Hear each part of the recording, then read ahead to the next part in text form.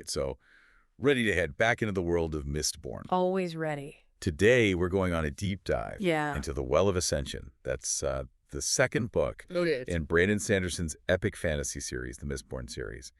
And things are going to get really interesting as our heroes face some serious challenges to their power, Oh, to absolutely. their relationships and their beliefs. Yeah, definitely. This book really builds on what Sanderson set up in the Final Empire, and we see the characters Right. grappling with consequences, Like, like real consequences of their actions, both personally and also like on a larger societal scale too. absolutely. So, I mean, we left off with Vin, our incredibly powerful Mistborn, trying to figure out like who she even is in this world now without Kelsier. Right, right. And then you have Elend, who is this idealistic scholar Yeah. turned king, Yeah. who, in the first book, it's like very easy to lead a revolution. And now he's kind of finding out Yeah. that ruling is hard. Yeah, well, that's exactly it. Like, this book, it really dives into the complexities of power, right? Like, Elend, he's faced with this reality that even with the best intentions, wielding power means making tough choices, and a lot of the time, Right. choices that compromise your ideals.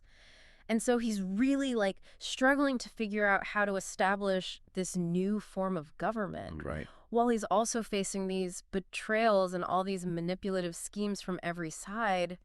It's tough. Well, and I feel like even from the very get-go, right? Oh, yeah. Those assembly members, Oh, they're terrible. like they're constantly trying to undermine him, Yeah. like every step of the way. And I think that's what's so interesting is that it's not just external threats, right? Sanderson uses the Siege of Luthadel to force Yes. Elend to confront his own internal struggles with leadership.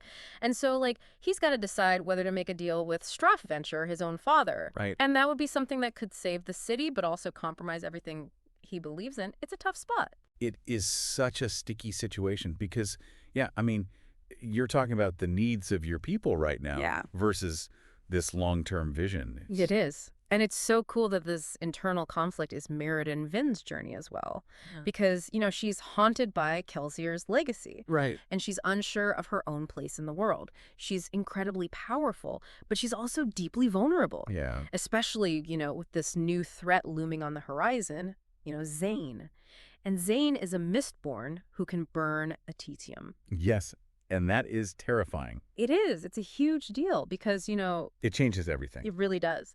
Because Atetium is typically used to enhance allomantic abilities. Right. It gives Mistborn this glimpse into the future. Yeah. And so... They're almost unbeatable in combat. Yeah, pretty much. Yeah. Yeah. But Zane burning Atetium, it just disrupts that whole balance. Yeah. He's like a wild card. He's unpredictable and incredibly dangerous, especially with Vin's own Atium supply. Yeah, running low. Yeah, exactly.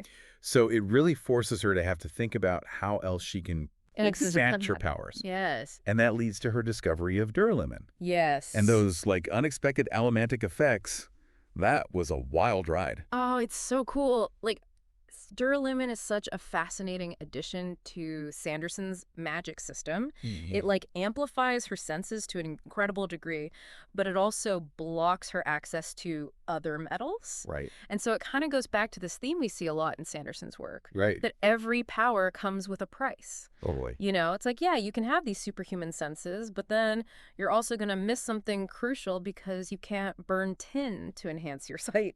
Absolutely. It's a tough trade-off. And so, speaking of tough calls, we have this mysterious Kandra imposter lurking around in the palace, and that adds another layer of complexity to Vin's story, because now she has to figure out who she can trust. Yeah, I mean, that is a really interesting point you bring up with the Kandra, Yeah. because for those who haven't encountered them before, Yeah. the Kandra are these shape-shifting creatures, and they're bound to serve humans through this magical contract. And so it really brings up questions of loyalty and manipulation. Absolutely.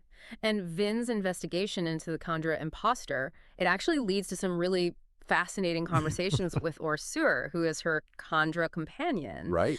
They delve into the nature of the contract and the implications of a creature being forced to serve, even if it's against their will. Yeah, I mean, it makes you think about free will. Yeah. And also just like the nature of obligation in any relationship. Absolutely. And these themes of trust and obligation, they also play out in Vin and Elend's relationship, right? Totally. They're very much in love. Yeah. But their different approaches to leadership and also their struggles to fully understand each other Yes. create this constant tension, you know? Yeah, and it makes sense. I mean, they are both, navigating this world that is completely shifted on its axis. Mm. And they're both carrying a lot of baggage. Yeah. So, I mean, it's no wonder that there's this, like, rocky... No, not at all. And one scene I really love in this book is when Vin decides to, like, put on a dress. You know, she's been wearing these practical clothes for fighting and sneaking around. Yeah. And so this is like this small gesture, but it's a moment of vulnerability for her. Like, it kind of shows her desire for connection, you know, that she usually kind of keeps hidden. I like that. Yeah. I mean, it really is this reminder that even amidst all of the chaos and uncertainty, there were still moments of beauty and tenderness. Absolutely. And those moments, they become even more precious. Right. When you consider this like looming threat of the deepness. So the mists, which have always been a part of this world, they're behaving strangely. They're appearing during the day, and they're becoming increasingly lethal. Right. I mean, the deepness is just a whole other level of terrifying compared to, like, all the political maneuvering and the interpersonal conflicts. Yeah. It's just this, like, primal force of destruction. Yeah, and this is where Sazed's role as a keeper of knowledge becomes super crucial. Right. You know, he's been studying these ancient texts, piecing together clues about the deepness and its connection to the mists. And what's so cool is that his research actually leads him to question his own faith. Yeah, it's like the more he learns, the less certain he becomes. Exactly. Exactly. About everything. Yeah.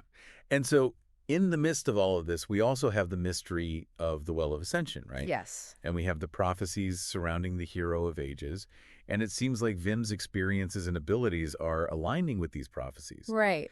And so it really starts to raise questions about her destiny and the role she's meant to play in saving the world. I mean, that's like the big question, right? Is she the hero of ages? Yeah. And if she is, like, what does that even mean? Right. And it's really interesting because it's not just, Vin and Elend and Sazed. Right. We had this incredible supporting cast of characters. You've got Kelsier's old crew.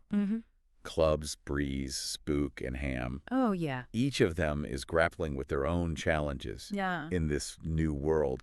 And I think it's really important to say that they're not just sidekicks. No, they're not. They're like full characters. Fully fleshed out people with their own motivations and struggles. Right. And they're just like unshakably loyal to Elend and Vin. Absolutely. And they provide these moments of humor and camaraderie, that really balances out the darker aspects of this story. Yeah. Like, I always laugh when Breeze and Ham are like going back and forth. Oh, it's so great. I mean, they're different personalities and they're different perspectives. It just creates like this dynamic that's both really entertaining, but it's also like insightful too. Absolutely.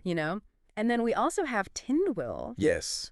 This really powerful and enigmatic terrace woman who challenges Elend's leadership. Tindwyl is such a fascinating character. She is. Because she is clearly intelligent. She's clearly capable. Yeah. But it's like her motives are always like kind of shrouded in mystery. And you're never quite sure if she's trying to help Elend or manipulate him. Right. Exactly. And she just adds another layer of intrigue to this already complex political landscape of Luthadel. Absolutely. So, I mean, we've covered a lot of ground already in just this first part, our deep dive. We've kind of seen how power can corrupt even the most well-intentioned people. How trust and loyalty are tested in times of crisis. And I think even how the most deeply held beliefs can be challenged when confronted with new knowledge. Absolutely. And we've only just scratched the surface of what the Well of Ascension has to offer. I mean, as we move forward, I think it's going to be really cool to like delve deeper into the characters' journeys, the mystery surrounding the well and the deepness, and ultimately, what does it even mean to be a hero in a world that's like on the brink of destruction? Absolutely. One of the things that I think makes the Well of Ascension so compelling is how Sanderson weaves together those like personal struggles of the characters with the larger events that are unfolding in Luthadel. Yeah. Yeah. It's like watching a tapestry being woven where each thread represents a different character's journey and they're all intertwined, and it creates this like intricate and beautiful picture, but also kind of heartbreaking at the same time. Exactly. And so you have Vin, who's grappling with her feelings for Zane, the enemy Mistborn, while also trying to uncover the truth about the Khandra imposter. Yeah. Talk about a recipe for inner turmoil. It's like she's being pulled in a million different directions because on one hand, she's drawn to Zane's power and, like, his understanding of what it means to be a Mistborn. Right. But on the other hand, she's deeply suspicious of him and his motives. And then there's this whole question of whether she can trust Orsor, Yeah. who's supposed to be her ally, but he's also bound by this Kandra contract. Absolutely. And it's such a great exploration of how those external pressures can exacerbate those internal conflicts. Right. Because Vin is already struggling with her identity and her place in the world, and now she's forced to confront these feelings that challenge everything she thought she knew about herself. And it's not just Vin who's facing these impossible choices. Elend is also caught between his desire to be a just and compassionate leader and the harsh realities of war and politics. Yeah, and he's constantly being tested and forced to make decisions that compromise his ideals in order to protect his people. Yeah, do you remember that scene where he decides to abandon Luthadel and seek out the Well of Ascension? Oh, yeah. It was such a pivotal moment because it showed just how desperate he was to find the solution, even if it meant leaving everything behind. Yeah, that was like the culmination of everything he'd been struggling with throughout the book. I mean, he had lost his throne, his city was in ruins, and he was facing betrayal from all sides. Right. But he still chose to follow Vin. Yeah. Trusting her instincts and her belief in the power of the...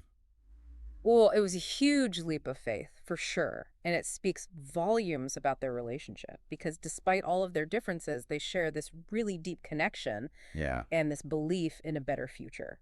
Absolutely. And then you also have Sazed, who's going through his own crisis of faith because he's uncovering all these ancient secrets that challenge everything he thought he knew about the world. Right. And his purpose in it. It's like the more he learns, the less certain he becomes. Yeah. And yet he keeps searching for answers, even when those answers are terrifying and unsettling. Yeah, Sazed's journey, I think, is such a powerful reminder that even the most devout can experience doubt, and that true faith often requires questioning and wrestling with those difficult truths. I think so, too. And all of these personal struggles, they kind of culminate in one of the most, like, heart-stopping confrontations in the book, which is Vin's battle with Zane at Credit Shaw. Oh, man, that fight scene is just like a masterclass in tension and suspense. It's not just a physical battle, but it's also this clash of ideologies, of two different ways of seeing the world. Right, and when Vin realizes that Zane is burning Atekium, giving him this almost insurmountable advantage, it's like a punch to the gut. Yeah. You know, she's in serious trouble. And Zane's perspective is so important, too, because he really challenges Vin's assumptions and forces her to confront this uncomfortable truth that maybe she's not fighting for the right side after all. Right, and his death, even though he was the antagonist, is surprisingly poignant.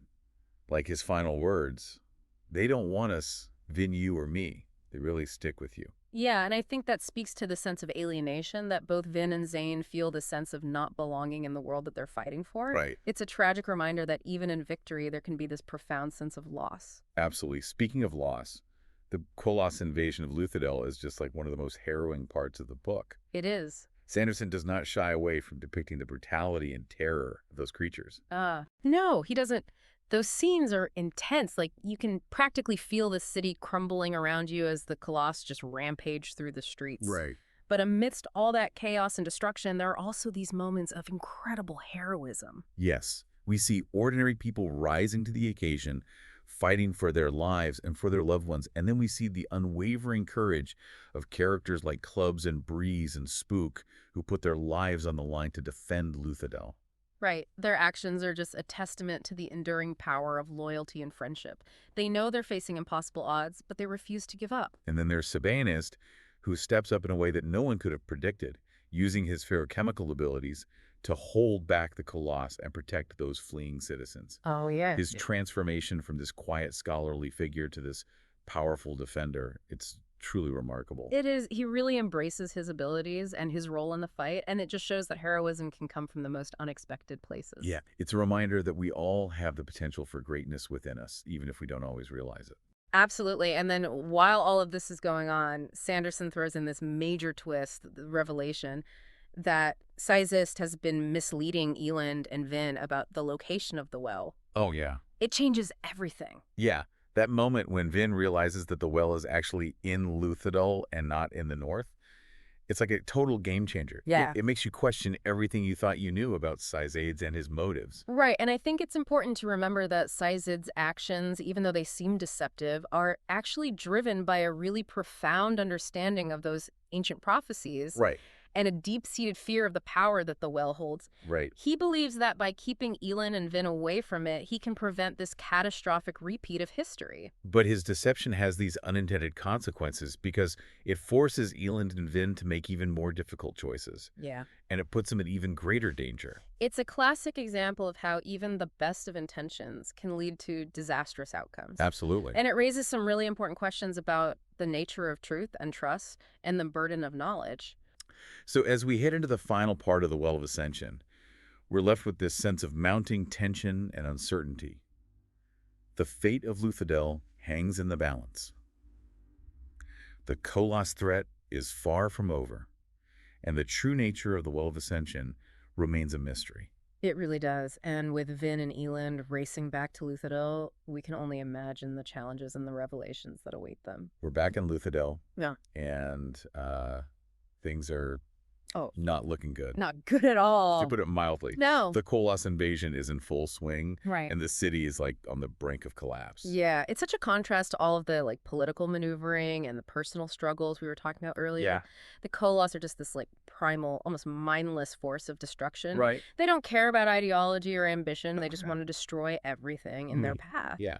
And yet, even in the face of just like overwhelming odds, right, we see these incredible acts of courage and sacrifice. Absolutely. Like Kelsier's old crew. Yes. They really shine in this final battle. Clubs breeze spook. They're fighting like absolute warriors, defending the city with everything they have, even though they know they might not survive. Right. It's a testament to their loyalty to Elend and Vin, but also to their own growth as individuals. They've come a long way. They really have. From their days as thieves and con artists. Yeah. They've become true leaders. Absolutely. Willing to put their lives on the line for what they believe in. And Sazed, too. Oh my gosh, yes. I mean, his transformation in this book it's amazing. Is incredible. It is. He steps up in a way that like no one could have predicted, using his ferrochemical abilities to hold back the Koloss and buy time for the citizens to escape. I know, I keep thinking back to like earlier in the book, how he was always so reserved, almost hesitant to use his powers. Right. And now he's like this powerhouse. I know. A beacon of hope in the midst of all this chaos. It's amazing. And it's like another reminder that even the quietest, most unassuming individuals can have this like extraordinary strength and courage when the situation calls for it. Absolutely. And while Sazed is holding off the Koloss, Vin is facing her own like intense showdown with Zane. Oh, yeah. It's more than just a physical fight, though. No, it's not. It's like a clash of two different paths. It is. Two different ways of seeing the world. And Zane represents that power and isolation, this belief that the strong must rule, and that emotions are a weakness. And Vin, on the other hand, she's fighting for connection, for love, for a world where everyone has a chance to thrive. Exactly. And their final confrontation is so tragic, but also thought-provoking. It is. Zane's death, even though he was the antagonist, it leaves you with this feeling of loss and this question, like what would have happened if he had chosen a different path? Right. It's a reminder that even our enemies are complex individuals with their own motivations and their own struggles. Absolutely. And then in the middle of all of this chaos and heartbreak, we have this final revelation. We do. The true nature of the Well of Ascension. Yeah.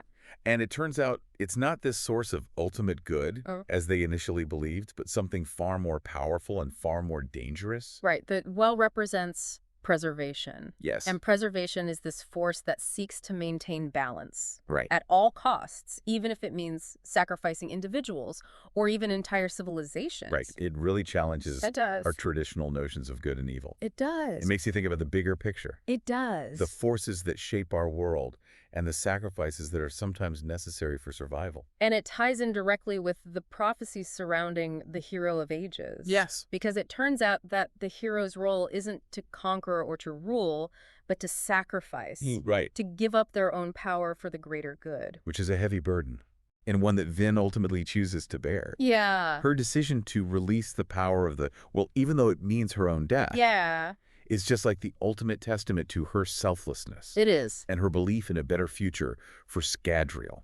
It's a bittersweet ending, for sure. It's full of hope, but also full of loss. Yeah. Vin and Elend's sacrifice saves the world. Right. but it also leaves this void, this reminder of the cost of true heroism. So what can we take away from all of this, from our deep dive into the Well of Ascension? Well, I think Sanderson is challenging us to think of power in a new way, to consider the complexities of leadership, the consequences of our choices, and the sacrifices that are sometimes necessary to create a better world. Yeah, and he's also reminding us that heroes come in all shapes and sizes. They do. From the powerful Mistborn to the quiet scholar, from the loyal friend to the reluctant leader. Absolutely. And he leaves us with this question that I think lingers long after we finish the book. Yep. What would we be willing to sacrifice for the greater good? It's a good question. What does it truly mean to be a hero? Yeah. That's something to think about. And we encourage you to continue exploring Sanderson's world and the Mistborn saga. Oh, yeah. To find your own answers. Absolutely. So thanks for joining us on this deep dive. Yeah, thanks for having me. Until next time, keep exploring.